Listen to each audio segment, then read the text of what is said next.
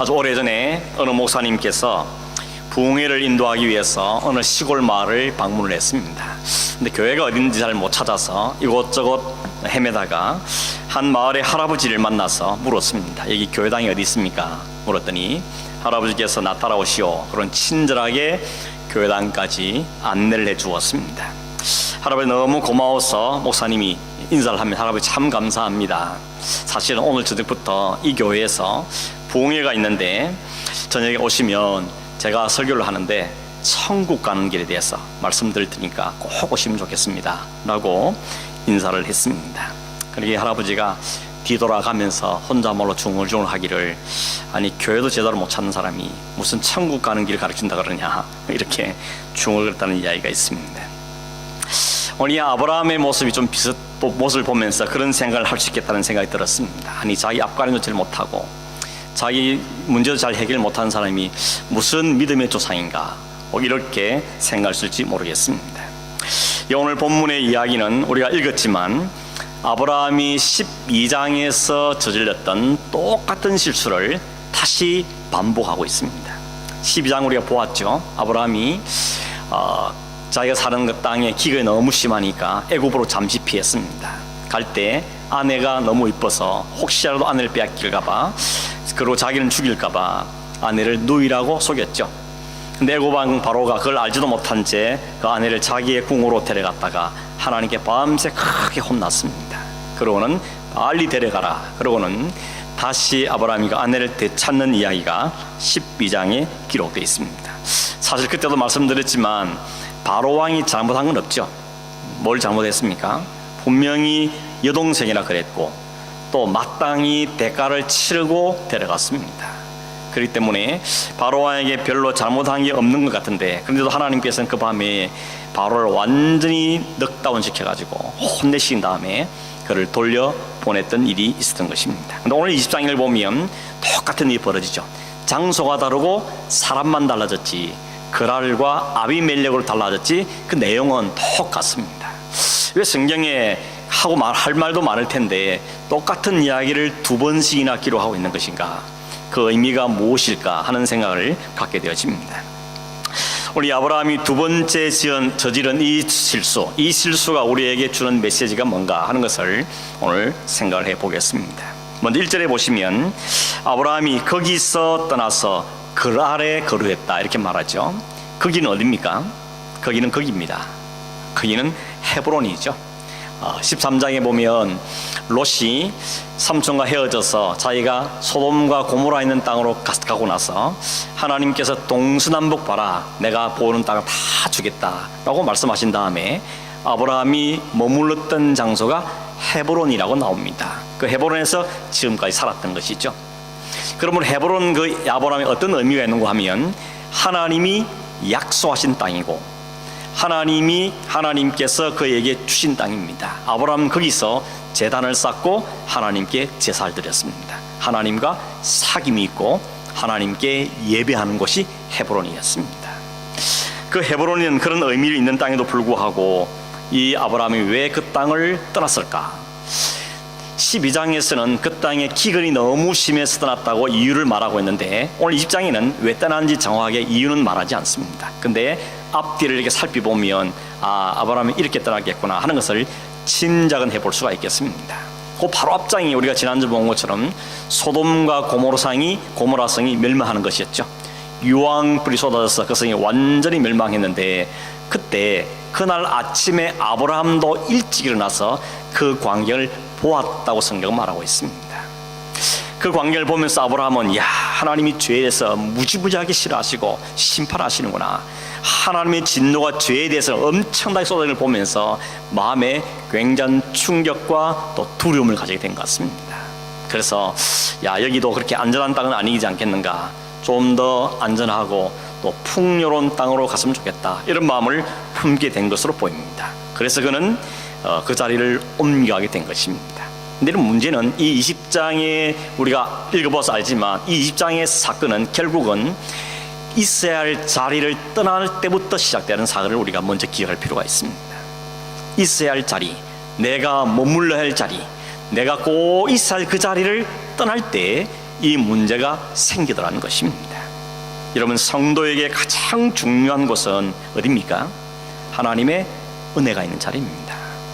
하나님을 만나는 곳이고 하나님과 사귐이 있는 그곳이 성도가 꼭 머물러 있을 자리입니다. 그게 물론 교회다라고 말할 수 있겠지만 교회뿐만 아니라 가정에서든지 직장에서 어디든지 하나님께서 역사하시고 하나님과의 만남이 있고 하나님과 사귐이 있는 그곳은 사수해야 되는 것입니다. 어떤 분은 그것이 새벽마다 쌓는 제단일 수도 있을 것이고, 어떤 사람은 가정 예배일 수도 있을 것이고, 어떤 사람은 하나님께 정해둔 그 시간을 통해서 말씀을 묵상하는 그 시간일 수도 있을 겁니다. 그 자리를 떠나지 말고 지키는 것이 굉장히 중요합니다. 왜냐하면 아브라함 보니까 그곳을 떠나자마자 아브라함 마음속에 뭐가 생겼냐면 불안과 염려가 생겼습니다. 하나님의 은혜 아래, 하나님 보살핌 아래 있을 때는 안전했었는데 그것을 떠나자마자 그들의 눈에는 새로운 환경 그리고 사람들이 눈에 들어오기 시작했습니다.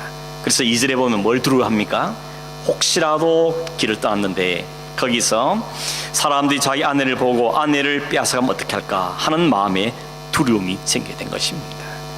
왜냐하면 그 당시에는 힘 있는 사람이 힘 없는 사람과 뺏어가는 건 다반사로 일어났습니다.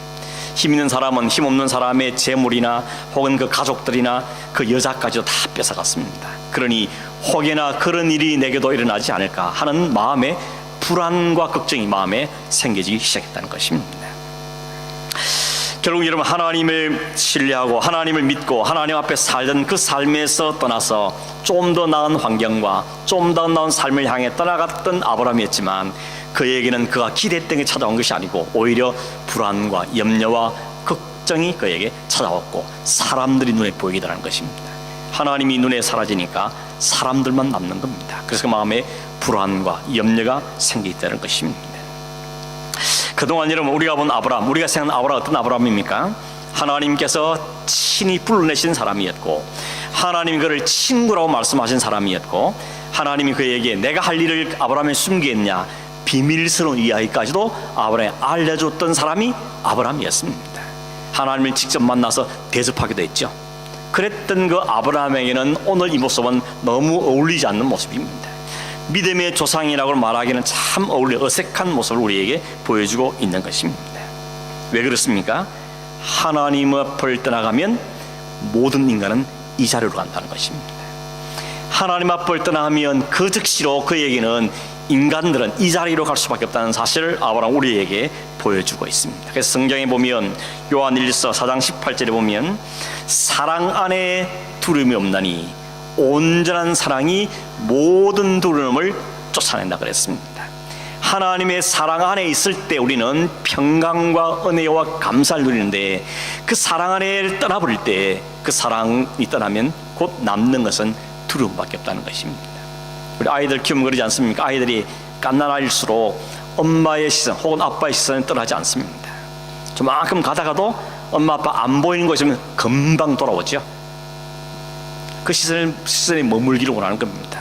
엄마가 잠깐만 화장실 갔다 올게 해도 못 갑니다. 따라가든지 못 가게 만드는 것이죠. 그만큼 눈에 보이고 그 시선 앞에 있을 때 안정감을 누리는 그 아이들처럼 우리 성도들도 하나님 앞에 있을 때 하나님과 함께 있을 때만 우리는 모든 두려움과 불안으로부터 그걸 극복해낼 수 있게 되는 것입니다. 왜냐하면 하나님 우리를 사랑하신 분이기 때문에 우리에게 닥쳐는 어떤 어려움과 가난과 질병과 어려움이 있다 할지라도 하나님이 함께 하시면 하나님의 사랑이 나를 붙들고 가시면 그 모든 것을 이루자는 믿음의 감사, 그 안정감이 있기 때문에 그 삶을 견뎌낼 수가 있는 것입니다. 여러분, 하나님과의 사귐의 장소를 꼭 사수하시기 바랍니다. 하나님과의 만남의 장소, 하나님과 교제하는 그 시간, 그 장소들 여러분 놓치지 마시고 그걸 꼭 붙들 때에 하나님께서 우리에게 두려움이 아니라 담대함과 평강을 허락해 줄 줄로 믿습니다. 이 10장의 사건은 12장의 사건으로부터는 약 한 25년이 지났습니다. 아브라함 나이가 99세, 사라의 나이는 89세입니다. 한 가지 차이점이 있다면 천사가 와서 내년 이맘때 네가 아들을 낳을 것이다 하는 약속을 받은 데였습니다. 어떤 분들은 아브라함과 사라의 나이를 볼 때 이 오늘 사건 관계는 좀 이해하기 어렵다고 생각합니다. 왜냐하면 89세나 되셨는데 그 89세 된 아내를 빼앗길까봐 막 걱정하고, 그것도 아비멜렉이 한눈에 반해가지고 그 여인을 자기의 왕국으로 데려가고, 야, 이거 좀 이해하기 어렵다 하는 그런 이야기를 하는 분이 있죠. 우리 교회 성도님 가운데도 연세가 많으시지만 아주 고우신 분들이 많이 계시죠. 어떤 분들은 저 권사님 나 60인 줄 몰랐다 뭐 이런 분이 계시더라고요. 어느 권사님인지를 묻지 마시고 그런 분이 있었습니다. 설교 준비를 하다가 갑자기 궁금해갖고 좀 찾아봤는데, 이런 게 세계의 기네스북에 보니까 제일 많은 나이의 아이를 낳은 분이 몇 살일까 궁금해서 찾아봤더니 미국에 있는 분이었는데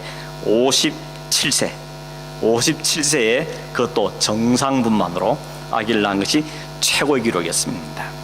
그러면 그 정상분 말고 수술하는 사람은 몇 살이냐? 그것은 59세 영국에 계신 분인데 기록을 보았습니다. 한국에도 2012년도에 57세의 나이에 쌍둥이를 낳았던 55년생 여자분이 계셨습니다. 우리 교회도 55년생 여러분 계시죠?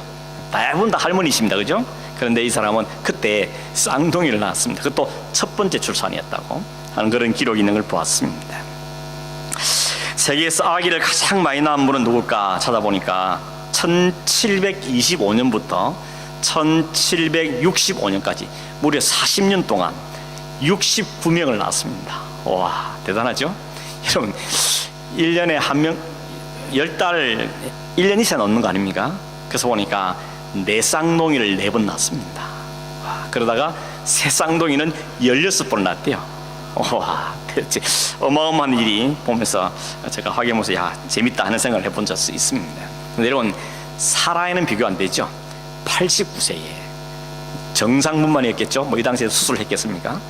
아기를 낳게 되었던 것입니다. 근데 그날 밤에 그 전해에 아비멜렉에게 데려간 것입니다. 그날 밤에 하나님께서 아비멜렉의 꿈에 나타나셨습니다. 그러고 말하죠. 너 그 여자는 남 빚는 여자다. 그 여자는 널 손대면 안 된다 라고 말씀하셨습니다. 아비멜렉 깜짝 놀라면서 하나님, 난 몰랐어요. 내가 알았으면 그렇게 했겠습니까? 나 죄 없어요. 그러면서 자신이 정당하다고 변호를 했습니다. 하나님이 그래, 맞다, 네 말이 맞다. 그래서 내가 너에게 손 못 대게 한 거다 라고 말씀하셨는데, 그 다음 말씀이 아주 놀랍고도 이상한 말씀하셨습니다. 7절인데 이제 그 사람의 아내를 돌려보내라. 그는 선지자라. 그가 너를 위하여 기도하리니 네가 살려니와 네가 돌려보내지 않으면 너와 내게 속한 자가 다 반드시 죽을 줄 알라. 여러분, 아비멜렉의 입장에서 보면 굉장히 억울하죠. 이런 황당한 일이 어디 있습니까? 누가 속였습니까? 아브라함이 속였습니다. 잘못은 아브라함에게 있습니다. 아비멜렉은 잘못한 게 없습니다. 그런데 누가 책망을 받습니까? 아비멜렉이 책망을 받는 것입니다. 참 이해가 안 되는 부분이죠. 그렇기 때문에 이 사건을 통해서 오늘 우리는 아브라함처럼 거짓말하면 안 돼, 이렇게 그것만 교훈받으면 그건 좀 곤란한 것입니다. 그거는 성경책을 우리가 또다시 도덕책으로 만드는 경우가 되는 것입니다. 더군다나 성경을 읽어보니까 아브라함은 그에 대해서 아무런 책망을 안 받습니다. 거짓말한 데 대해서 하나님이 아무런 책망을 하지 않습니다. 만약에 거짓말하면 안 된다, 거짓은 잘못된 것이 교훈이라면 분명히 하나님은 그 아브라함을 혼내야 되죠. 그런데 전혀 그런 기록이 없습니다. 오히려 반대입니다. 아비멜렉이 혼났고, 아브라함은 오히려 그것 때문에 양, 소, 많은 짐승, 종들을 얻어서 돌아갑니다. 그리고 은 1000개까지 더불어서 얻죠. 이거 보면 이 메시지는 결국 하나님이 거짓말하지 말라는 그 교훈보다는 이 아브라함이 하고 있는 이 두 번째 실수를 통해서 하나님 우리에게 뭔가 주시는 메시지가 있겠구나 하는 것을 생각하게 되는 것입니다. 그게 뭔가 하는 것을 우리가 살펴보기를 원하는 것입니다. 먼저 우리가 살펴볼 것은 뭔가 하면 이 20장이 놓여있는 위치입니다. 조금 거슬러 올라가서 15장에는 하나님이 아브라함과 언약을 맺는 장면이 나오죠. 짐승을 쪼개놓고 하나님이 횃불 모양으로 지나가십니다. 혼자 지나가셨습니다. 왜냐하면 너는 이 언약을 지킬 자신이 없다는 거죠. 실력이 없다는 겁니다. 그래서 내가 맺은 언약이고 내가 지킨다 하는 의미에서 하나님이 혼자서 그 언약을 맺으셨습니다.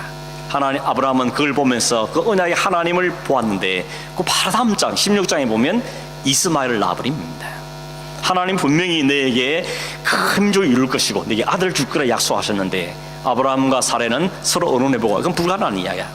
우리가 그러니까 첩을 들여서 하갈을 통해서 아들을 낳자. 그래서 낳은 게 이스마엘이었고 그 이스마엘은 장차날 이삭과 철천지 대대로 원수가 된 사람이었죠. 인간이 낳은 작품이 이스마엘이었다는 것입니다. 하나는 언약에 대한 실패를 보여주는 것이죠. 17장에 넘어가면 아브라함이 99세 됐을 때 하나님이 다시 언약을 맺는데 그때는 할례 언약을 맺습니다. 생각하겠지만 할례는 쪼갠다는 뜻이었죠. 쪼갠다는 뜻입니다. 그게 오늘날의 세례를 의미하는 것입니다. 그리스도께서 십자가에서 쪼개심을 당하고 그 예수의 함께 연합해서 죽고 사는 것이 우리가 세례의 의미인 것이죠. 그 언약을 행한 다음에 하나님께서 내가 내년에 아들 주겠다, 이름을 이삭이라 해라 라고 이름까지 지어줬습니다. 그런데 아브라함과 사라 어떻게 반응했습니까? 웃었습니다. 무슨 그런 일이 나냐, 무슨 말도 안 되는 소리를 하시냐. 말로는 입으로 말 못하고 속으로 웃었다 그랬습니다. 그 일이 17장이었고 18장에 넘어가면 아브라함이 나그네로 오신 하나님을 대접하고 19장에는 소돔과 고모라 등이 심판당했습니다. 그 다음에 20장이 나오죠. 20장 다음 장 21장에 가면 드디어 이삭을 낳는 장면이 나오는 것입니다. 근데 여러분, 이삭을 낳기 전에 직전에 아브라함과 사라의 모습을 오늘 20장에서 보여주고 있는 것입니다. 그 모습을 오늘 우리에게 보여주고 있죠. 여러분, 100살 때 아들 얻은 다음에 품에 안고 뭐라 그랬습니까? 하나님이 우리를 웃게 하시는구나. 자기는 하나님 하셔서 비웃었지만 하나님 그 비웃음을 진짜 웃음으로 바꾸어졌다고 고백하는 장면이 나옵니다.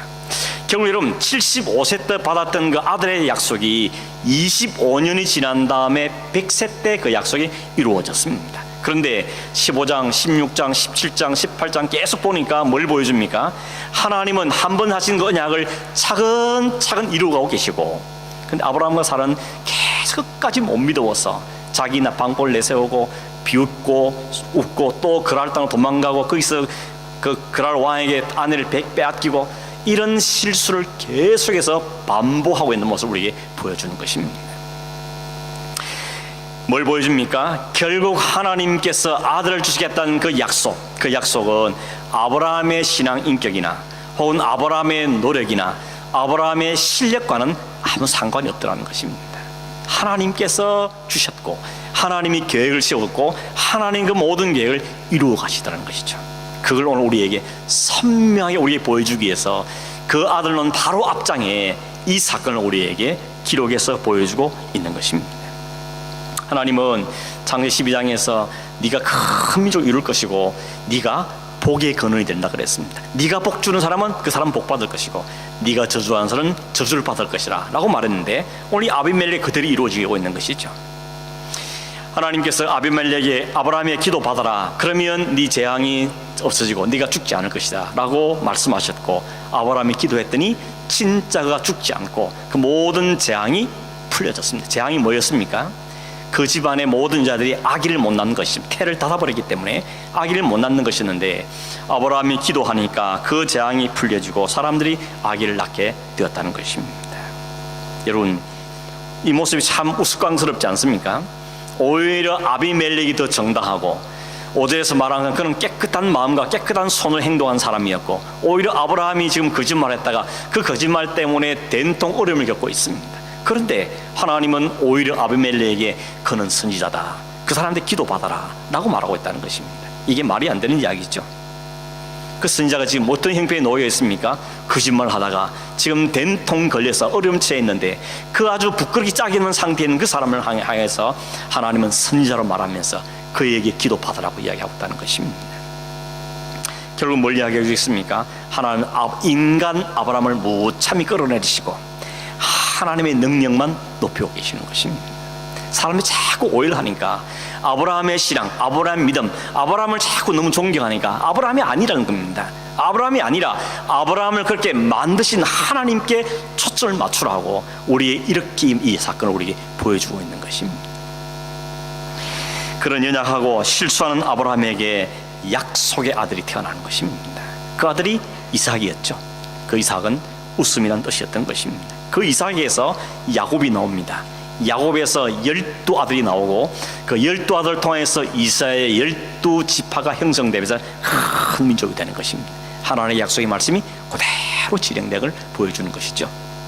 여러분, 이스라엘 구약의 12지파는 신약의 12제자로 연결되고 그것은 결국은 하나님의 공동체, 교회를 이야기하고 있는 것입니다. 결국 하나님께서 하나님의 공동체를 어떻게 태어난다 그럽니까? 하나님이 계획하시고 하나님이 역사하시고 하나님이 그걸 이루고 하신다는 것을 우리에게 보여주고 있는 것입니다.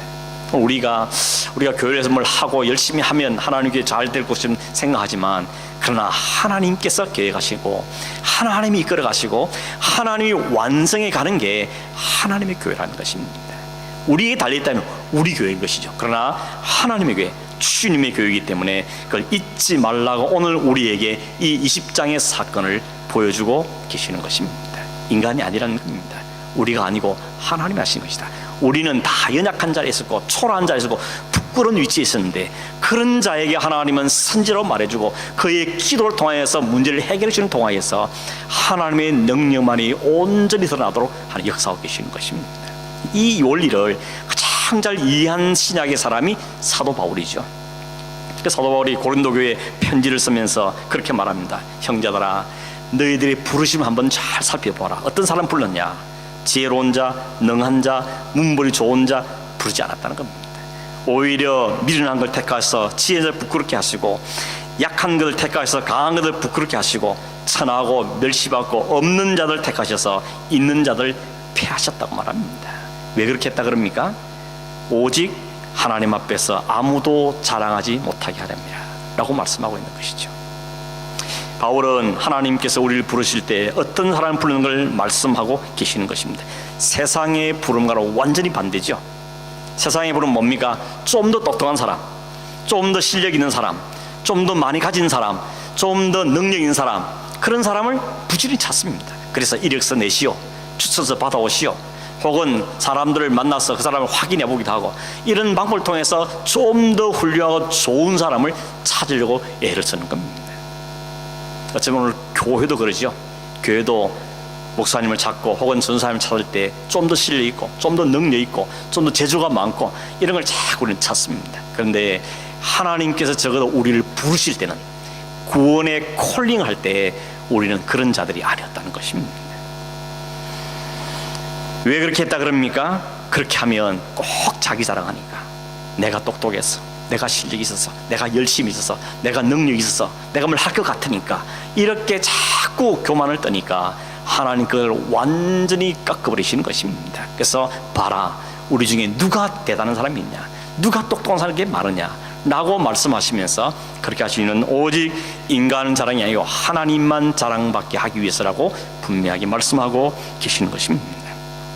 그렇다고 여러분 오해하지 말 것은, 그럼 교회는 다 지질이 못나고 가난하기만 하고 뭐 그런 사람만 다 모이는 곳이냐, 그런 의미가 아닙니다. 하나님 우리를 부르신 그 구원의 콜링은 하나님의 의 앞에 비춰볼 때 아무것도 아니라는 것입니다. 우리는 서로를 도토리 키재기 하니까 내가 저보다 낫고 이런 생각을 하지만, 하나님의 우리를 부르신 그 하나님 앞에 설 때 우리는 정말 티끌 같은 존재, 아무것도 아닌 존재인 것을 하나 우리에게 말씀하기 위해서 이 말씀을 주고 계시는 것입니다. 그러면 아브라함이 적어도 20장에서 어떤 모습으로 서 있는 겁니까? 하나님의 약속의 아들을 낳기에는 터무니 부족한 자, 여전히 못 믿어서 여전히 도망다니고 여전히 거짓말하고 이런 사람, 그런 사람에게서 약속의 아들이 태어났다는 걸 통하여서 뭘 보여줍니까? 하나님이 하셨다는 것입니다. 하나님이 이루신다는 것을 보여주는 샘플로 20장에 아브라함이 등장하고 있는 것이죠. 그래서 아브라함이 아브라함 된 것은 자신이 아닌 것입니다. 하나님이 그렇게 만드셨다는 것을 오늘 우리에게 말씀하고 있는 것이죠. 그렇게 보잘것없고 초라한 모습에 있는 자들을 찾아오시고 그에게 은혜를 베푸신 것이 오늘 우리에 일어난 구원의 역사라는 것이죠. 이 말은 하나님께서 우리 인간이 어떤 짓을 해도 하나님 다 그냥 용서하고 다 그냥 덮어주신다, 그런 우리의 방종을 강조하는 게 아닙니다. 그래, 예수 믿으니까 하나님 다 알아서 하시니까 우리는 아무리 살아도 되고 무슨 짓 해도 되고, 그게 강조점이 아니라는 겁니다. 여기에 포커스는 뭡니까? 부족하고 무능하고 보잘것없는 사람들에게 은혜로 찾아오셔서 오직 당신의 능력과 당신의 지혜와 그 사랑으로 우리를 건져내신 그 하나님의 은혜가 포커스인 것입니다. 그걸 말씀하고 계시는 것이죠. 결국 오늘 20장에 등장하는 아브라함, 자신의 안전과 풍요를 위해서 하나님의 재단을 떠났고 자신의 생명을 지키기 위해서 아내를 누이라 속였고 그걸 왕에게 팔아먹고 심지어는 그때 어쩌면 아들이 뱃속에 이미 태를 가지고 있었는지 모르지만 그럼에도 불구하고 그는 여전히 그를 그랄 왕이 내어주는 그 무능력하고 무기력한 아브라함은 결국 오늘 우리의 모습을 보여주고 있는 것입니다. 다른 사람 이야기 아니고 우리 이야기를 보이기 위해서 하나님 우리에게 말씀하고 있는 것입니다. 원래는 우리는 꽤 괜찮은 사람처럼 생각할지 모릅니다. 나 정도면 좀 괜찮은 사람이지 라고 생각할지 모르겠습니다. 그러나 우리 내면을 잘 들여다보면, 하나님 앞에 정직하게 자신의 내면을 들여다보면 그 아브라함에게 보였던 그 불신앙, 아브라함이 보이는 그 비겁함, 그 아브라함이 보이는 그 옹졸함, 그 모든 모습이 내 안에 고스란히 그도 있더라는 것입니다. 근데 더 놀라운 사실은 그럼에도 불구하고 그를 하나님이 믿음의 조상으로 삼았던 것처럼 우리를 하나님 백성으로 삼았던 사실이 우리에게 놀라운 사실인 것입니다. 하나님 우리에게 그걸 말씀해 주고 싶은 것이죠. 내가 너를 어떻게 불렀는지 아느냐, 너희가 어떤 때 내가 너를 불렀는지 아느냐 하는 걸 우리에게 말씀하고 계시는 것이죠. 이걸 신학적으로는 인간의 전적인 부패와 무능력, 그리고 하나님의 저항할 수 없는, 거부할 수 없는 불가항력적인 은혜라고 표현합니다. 우리의 무능력과 우리의 부패함을 다 드러내시고 그럼에 불구하고 그 모든 가도를 건져서 하나님 백성 삼으시는 하나님의 강력한 은혜를 우리에게 이야기하고 있는 것이죠. 그래서 이 사실을 정확하게 깨달은 사람은 교만할 수가 없는 것입니다. 자기 자랑 내려놓을 수가 없다는 것입니다. 그 사람 나오는 것은 오직 감사입니다. 다 같은 것이 감사와 이렇게 하신 하나님의 능력을 찬송하고, 그리고 그 하나님 때문에 정말 기쁨으로 순종하고 헌신한 사람이 그에게 나오게 되는 것입니다. 여전히 여러분 내 안에 자기 자랑이 있고 뭔가 하나만 해내도 자기 의와 공로를 말한다면 아직도 우리는 이 과정을 충분히 통과하지 못한 사람인 것입니다.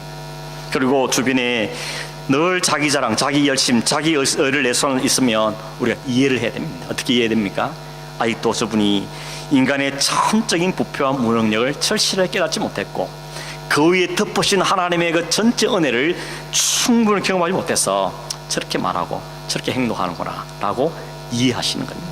그리고는 하나님 저에게도 이 사도 바울에게 아브라함이 부어줬던 그 놀라운 은혜를, 또 나에게 부은 은혜를 저에게도 허락해 주십시오 라고 그를 위해 기도하는 것이 우리의 태도인 것입니다. 비난하고 비판하고 정죄하는 것이 아니라 하나님 저에게도 은혜를 주십시오, 그 은혜를 깨닫게 해주십시오, 역시 우리의 기도가 되어야 하는 것입니다. 여러분 사도 바울은 사실은 대단한 사람이지 않습니까? 그렇게 사람들이 갖고 싶었던 로마 시민권을 이 바울은 태어날 때부터 가졌습니다. 최고의 학문을 공부했습니다. 엘리트 중에 엘리트였습니다. 히브리어, 헬라어, 당시 아람어 모든 언어와 문화에 능통한 사람이었습니다. 뿐만 아니라 여러분 열정은 또 얼마나 대단했습니까? 두 번째 가라면 서로할 만큼 그는 굉장한 열정을 가진 사람이었습니다. 그러나 그가 그리스도를 정확하게 만나고 자신의 실체를 정확하게 들어본 다음에 그는 완전히 꼬꾸라지죠. I am nothing. 나는 아무것도 아니구나. God is everything. 하나님이 전부시다 하는 그는 완전히 깨닫게 된 것입니다. 그래서 그 이론 늘 말하는 게 나의 나됨은 하나님의 은혜입니다. 나는 죄인의 괴수지만 하나님 나를 이방의 사도를 위해서, 백성들을 구원하는 위해서 나를 세워주셨습니다. 늘 그 마음, 그 자세 갖고 겸손한 마음으로, 자세로 그것을 잃지 않고 살아가는 것을 우리에게 보여주고 있는 것입니다. 결국 여러분 내게 뭔가 나타나고 있다면 그 열매는 하나님께서 하신 건 이야기입니다. 내게 뭔가 일이 이루어졌다면 하나님이신 능력으로 행했다는 것을 고백하는 것이죠. 오늘 아브라함의 두 번째 사건은 믿음의 조상으로 불리는 그 아브라함도 결코 그 자신의 능력과 자신의 자격에서 된 것이 아니라는 것을 하나님 오늘 다시 한번 20장의 사건을 통해서 이 두 번째 똑같이 반복하는 실수를 통해서 오늘 우리에게 분명하게 보여주시는 것입니다. 아브라함은 아직도 여전히 실수하고 하나님의 언약을 완전히 믿지 못해서 연약함을 우리에게 보여주고 있는 것입니다. 그러므로 아브라함의 아브라함 된 것이 하나님의 역사고 하나님의 일하심의 결과구나 하는 우리에게 알려주고 있고, 동일하게 오늘 우리도 우리에게 일어나는 모든 하나님 놀라운 일들은 하나님의 일하심의 역사라는 걸 우리에게 보여주고 있는 것입니다. 이 사실을 세상은 이해하지 못합니다. 오늘 만약에 세상 사람들이 오늘 이 본문을 들어봤다면, 아니 어떻게 이럴 수 있어? 주스 나쁜 놈 아브라함이구만, 왜 아비멜렉이 혼나야 돼? 하나님 이상한 하나님이야, 그렇게 말하지 않겠습니까? 이해할 수가 없는 것입니다. 그런데 하나님께서는 아브라함을 선지자로 말하시고 그의 기도를 통하여서 아비멜렉의 재앙을 풀어주시는 것입니다. 이유는 뭡니까? 하나뿐입니다. 하나님이 아브라함에게 말씀하시고 약속하시기 때문입니다. 내가 너를 통하여서 큰 민족을 이룰 것이고 내가 복의 근원이 되게 할 것이다. 그 복이 뭡니까? 장차 너의 후손을 통하여서 예수 그리스도가 와서 온 세상이 구원을 받는 그 일을 내가 이루기 때문에 너를 통해 그 일을 하겠다고 하는 것이 하나님의 약속이기 때문에 그 약속 때문에 이 일들이 이루어진 것입니다. 그 약속을 이루시기 위해서 이삭이 태어나야 되고, 이삭이 태어난 다음에 야곱이 태어나고, 야곱이 또 12민족을 이루고 다윗이 태어나고, 결국 나중에 그 약속의 실제신 예수 그리스도가 이 땅에 오셨던 것이죠. 그럼 여러분, 아브라함 때문에 이삭이 태어난 게 아니고, 이삭 때문에 야곱이 태어나고, 야곱 때문에 다윗이 태어나고, 다윗 때문에 그리스도가 오신 게 아니고 거꾸로 하는 것입니다. 그 약속의 말씀이 이루어지기 위해서, 그 약속하신 아들 예수가 오시게 하기 위해서 다윗도 있어야 됐고, 야곱도 있어야 됐고, 이삭도 있어야 되고, 그 이삭이 태어나야 되는데 아브라함이 실수했다고 해서 그 아브라함을 버릴 수가 없는 것입니다. 하나님의 언약의 위대함인 것이죠. 하나님의 언약의 위대함은 인간의 모든 허물들 다 덮어버리는 것을 우리에게 보여주고 있는 것입니다. 여러분, 아브라함의 실수는 마땅히 벌받을 모습이었지만 그 아들이 태어나야 한다는 그 사실 때문에 그는 구원을 받은 것입니다. 마찬가지로 그 예수 때문에, 예수가 오셔야 하기 때문에 이스라엘 민족이 구원을 받았고 그 모든 역사가 이루어져 갔던 것이, 오늘 우리는 어떻습니까? 그 오신 예수 때문에 우리는 살게 된 사람들인 것입니다. 그러면 우리가 할 수 있는 것은 다 하나밖에 없죠. 그 하나님의 은혜에 감사하는 것입니다. 그 하나님을 찬송하는 것입니다. 그리고 나를 세우신 그 은혜에 감사해서 겸손한 마음으로 자기를 드러내지 않고 자랑하지 않고 교만하지 않고 하나님 앞에 살아가는 우리가 살아야 될 삶인 것입니다. 그러기 위해서 우리가 힘세력이 있다면 우리의 시선을 항상 하나님께 고정하는 것입니다. 아브라함이 하나님을 떠날 때, 그 시선을 떠날 때 또 실수를 반복하죠. 우리가 하나님께 한 그 시선이 우리가 떨어질 때 내가 마치 일하는 것처럼 생각합니다. 아닙니다. 하나님 우리 스스로 잘 맞출 때마다 오늘도 하나님 내 안에서 이렇게 일해 주시니 너무 감사하다. 내가 뭘 할 수 있느냐, 그런데 하나님 이렇게 열매를 맺으시니 너무 감사합니다. 그 마음 가지고 믿음의 삶을 살 수 있게 되는 것입니다. 오늘 여러분, 그 주님을 온전히 바라보고 그 주님과 함께 믿음의 동행한 삶을 살아가는 저희의 삶이 되기를 주의 축원합니다. 기도하겠습니다. 고마우신 하나님 아버지, 하나님의 약속, 그 언약의 약속을 이루시기 위해서 하나님은 성실하게 일하시고 꾸준히 일하시며 그 일을 성취해내시는 것을 오늘 우리가 또 보여주셨습니다. 인간은 아무것도 아닌데 그 인간에 주신 그 언약 때문에 하나님 약속을 이루시는 하나님, 우리의 주신 그 예수 그리스도 언약 때문에, 약속 때문에 우리를 살리시고 보호하시고 세상 끝날까지 성령으로 함께 하신다고 말씀해 주신 그 하나님을 감사하고, 그 하나님 그 약속의 주님을 온전히 바라보고 우리 시선이 그 주님께로 떨어지지 않게 하시고 놓치지 않게 하시고 그 주님과 사귀며 그 주님과 교제하며 믿음의 풍성한 삶을 살아가는 우리 온 성도들 될 수 있도록 축복하여 주시옵소서. 걸어가신 예수님의 이름으로 기도하옵나이다. 아멘.